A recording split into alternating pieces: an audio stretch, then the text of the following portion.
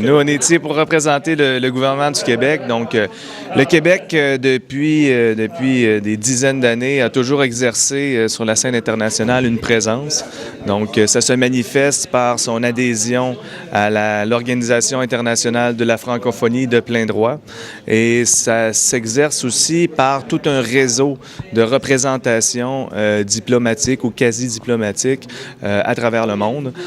Donc, on a aujourd'hui une trentaine de représentations du Québec à l'étranger, beaucoup en Amérique du Nord, en Amérique latine, en Europe, en Asie, mais il manquait l'Afrique et puis depuis 2 ans maintenant, Dakar a été choisi pour accueillir la première représentation du Québec en Afrique. Et depuis, ça a fait des petits, hein, donc on a ouvert en novembre dernier une représentation à Abidjan et on ouvrira je crois que ça devrait se faire à la fin de l'été 2018, une représentation à Rabat. Donc, il y a vraiment une volonté affichée du gouvernement du Québec depuis les dernières années pour être davantage présent et se positionner en Afrique francophone. Le gouvernement du Québec est conscient du fait que la francophonie est en train de balancer du nord vers le sud. On est conscient qu'elle aura des années 2045, 2050, 85% des locuteurs francophones seront en Afrique et le Québec veut profiter du fait qu'on partage une langue commune, veut profiter des opportunités que ça va apporter dans un esprit de partenariat. Donc, on souhaite que nos entreprises soient davantage présentes sur le terrain. On souhaite que nos institutions d'enseignement développent des partenariats avec les institutions d'enseignement au Sénégal et dans la sous-région. On souhaite que nos organisations de coopération soient davantage présentes pour profiter de l'émergence de l'Afrique qui est incontournable. Et donc, on veut se positionner maintenant parce qu'on a été trop longtemps un peu trop loin, à notre avis. Et donc, dans cette stratégie, quelle est la spécificité de la place de Dakar? Écoutez, Dakar a été choisi de façon toute naturelle de par nos relations bilatérales qui existent depuis de nombreuses années. C'est beaucoup à travers la francophonie, donc on est des partenaires au sein de l'OIF. Dakar a été choisi aussi en raison de la stabilité politique qui caractérise le Sénégal, de la teranga sénégalaise évidemment, et du potentiel économique que le Sénégal connaît depuis quelques années. On parle de taux de croissance de 6 à 7% depuis plusieurs années.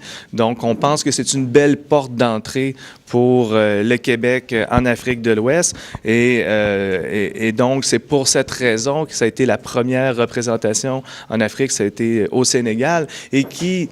Bon, très récemment, on a décidé de rehausser le statut de cette représentation-là de bureau à délégation générale, ce qui va nous permettre d'avoir davantage de ressources, autant des ressources financières, mais des ressources humaines aussi, pour pouvoir exercer nos relations dans différents champs de compétences, que ce soit la culture, que ce soit l'éducation, les relations commerciales, l'environnement, donc la solidarité internationale également.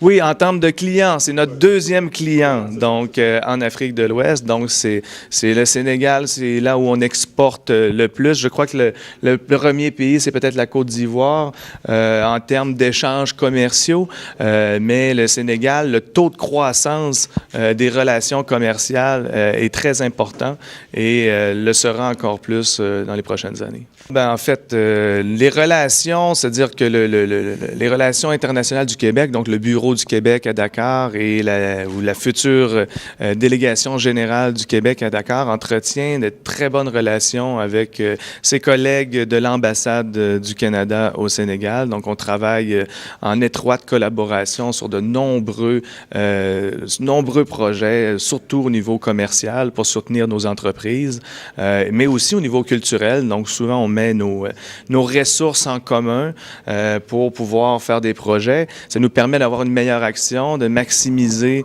l'impact de nos actions ici sur le territoire.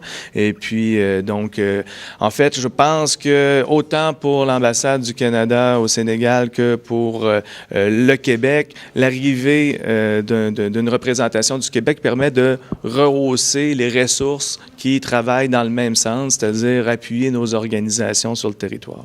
Mais dans cette stratégie, qu'est-ce qui est mis en place pour permettre aux jeunes Sénégalais de pouvoir faciliter le transfert au niveau du Québec pour y effectuer des études, par exemple? Bien, il existe déjà des bourses qui sont accessibles pour les Sénégalais. Il y a des bourses d'exemption de frais de scolarité.